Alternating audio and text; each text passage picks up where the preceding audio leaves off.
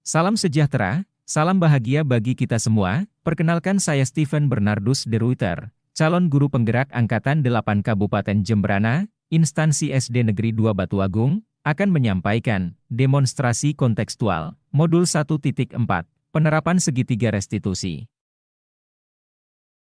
Sebelumnya, izinkan saya memperkenalkan Bapak Hairil Anam, selaku fasilitator, dan Bapak Yohanes Triutomo, selaku pengajar praktek, yang senantiasa membimbing saya CGP Angkatan 8 Kabupaten Jemberana.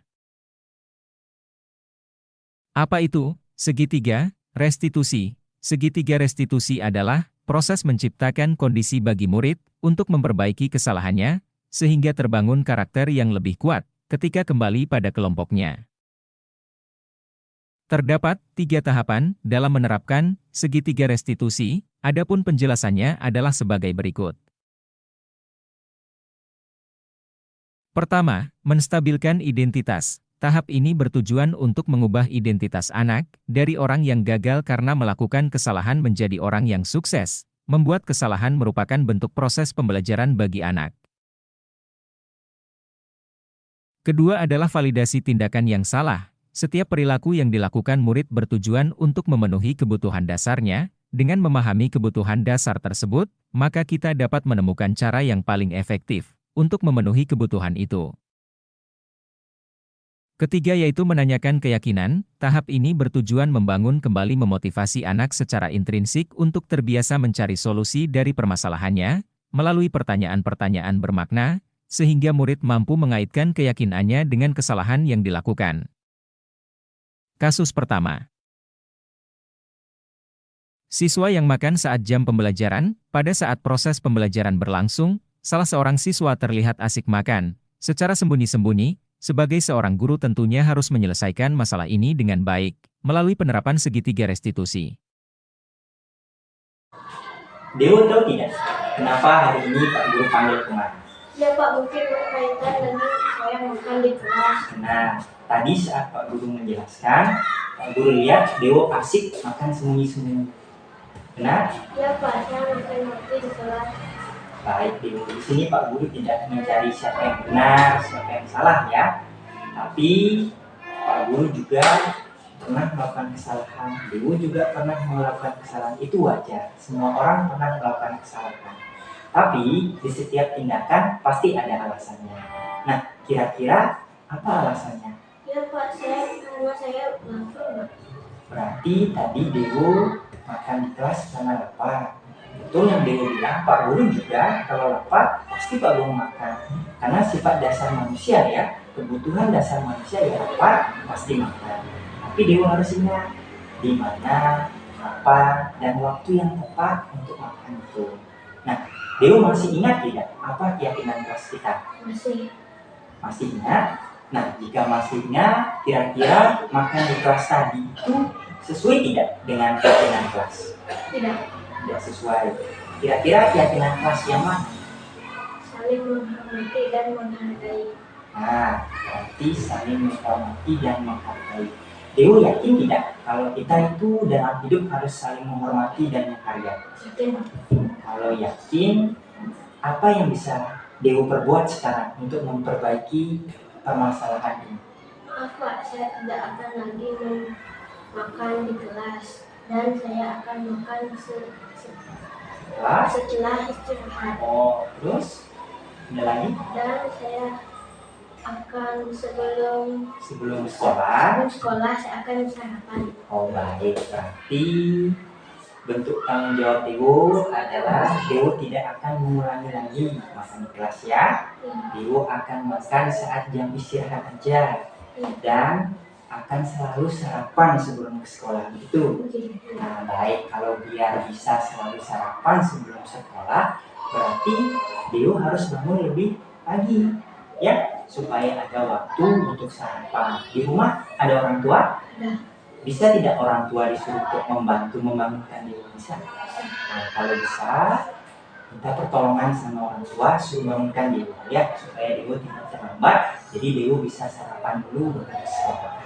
Nah, Pak Guru apresiasi untuk tanggung jawab yang Dewo berikan. Kapan kira-kira Dewi bisa memulai hal ini? Mulai hari ini. Berarti mulai hari ini tidak akan makan di kelas lagi ya. Berarti Dewi hanya makan pada saat jam istirahat. Baik, Bapak percaya Dewi bisa melakukannya ya. Pak Guru yakinin Dewi juga akan selalu semangat untuk berubah perilakunya. Sekarang Dewi bisa istirahat kembali. Ya, terima kasih Pak. Kasus kedua. Siswa yang sering lalai dalam melakukan tugas piket kebersihan kelas. Piket kebersihan kelas merupakan kegiatan rutin yang dilaksanakan siswa bersama anggota kelompoknya secara bergilir sebelum proses pembelajaran berlangsung. Maka bagi siswa yang kelompoknya mendapat giliran piket, harus datang 30 menit sebelum bel berbunyi untuk melaksanakan piket. Namun, Cinta datang saat anggota kelompoknya telah selesai melaksanakan piket kebersihan kelas. Ya, Cinta, silakan duduk. Benar, Pak Guru ada yang kemarin. Kira-kira Cinta tahu kenapa Pak Guru panggil kemarin? Mungkin kenapa? Nah, tentang tadi Pak Guru dapat informasi dari ketua kelas bahwa Cinta sering lalai dan tidak membantu teman dalam menyelesaikan tugas sekolah. Apa benar seperti itu? Kenapa? Semua teman-teman sudah bisa piket, jadi kita tahu sangat menyenangkan. Berarti tadi-tadi Cinta sudah piket, sudah bersih. Jadi Cinta tidak melakukan tugas. Kira-kira kalau dari Pak Guru tahu jam berapa Cinta datang ke sekolah tadi? Jam 7 kurang 5 menit, Pak. Jam 7 kurang 5 menit. Berarti Cinta belum terlambat untuk mengerti pelajaran. Hanya saja tidak dapat waktu untuk melakukan piket. Nah, di sini Pak Guru tidak cari siapa yang benar, siapa yang salah, tapi Pak Guru meyakini setiap orang itu pasti pernah melakukan kesalahan. Hal itu wajar. Pak Guru juga sering melakukan kesalahan. Tapi di setiap tindakan yang kita lakukan pasti ada alasan di baliknya.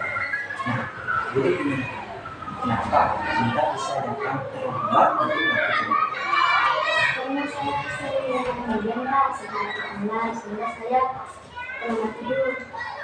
Berarti tadi Cinta untuk terlalu larut karena bermain game seperti itu.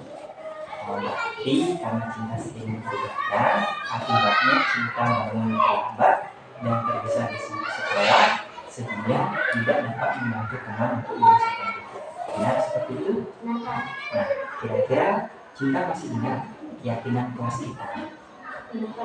Karena keyakinan kelas kita, apakah perbuatan yang tadi pagi Cinta lakukan itu sesuai dengan keyakinan kelas kita? Kenapa? Cinta yakin tidak sesuai? Nah, kira-kira keyakinan yang mana yang Cinta lakukan? Tidak menakutkan yang salah. Tidak mentaati peraturan sekolah dan apa? Tidak bertanggung jawab. Ya, tidak bertanggung jawab terhadap tugas kita. Kita meyakini bahwa di dalam hidup kita harus bertanggung jawab. Kita meyakini kira-kira hal apa yang bisa kita lakukan sekarang untuk memperbaiki permasalahan tadi? Minta maaf pada teman-teman di kelompok dan saya tidak akan benar sama saya akan bilang ke orang tua untuk menjalani. Baik, berarti yang pertama Cinta akan meminta maaf sama anggota kelompoknya, kemudian mengurangi bermain game di malam hari supaya tidak terlambat bangun, dan meminta bantuan orang tua untuk membantukan supaya tidak telat. Demikian, seperti itu ya. Baik, Guru apresiasi bentuk tanggung jawab kamu Cinta. Kira-kira kapan Cinta bisa mulai untuk melakukan perubahan itu kembali? Bisa kali Pak. Baik, Guru yakin kamu bisa berubah menjadi seorang guru. Tetap semangat ya. Sekarang Cinta boleh kembali beristirahat. Baik, terima kasih. Swastiastu. Perkenalkan, nama saya Nikadet Cinta Ayu Aprilia. Terima kasih Bapak yang telah mengajak saya berdiskusi untuk memecahkan permasalahan yang saya alami. Kedepannya saya akan berusaha tidak terlambat agar bisa bertanggung jawab atas tugas-tugas. Terima kasih. Om Santi Santi Santi Om.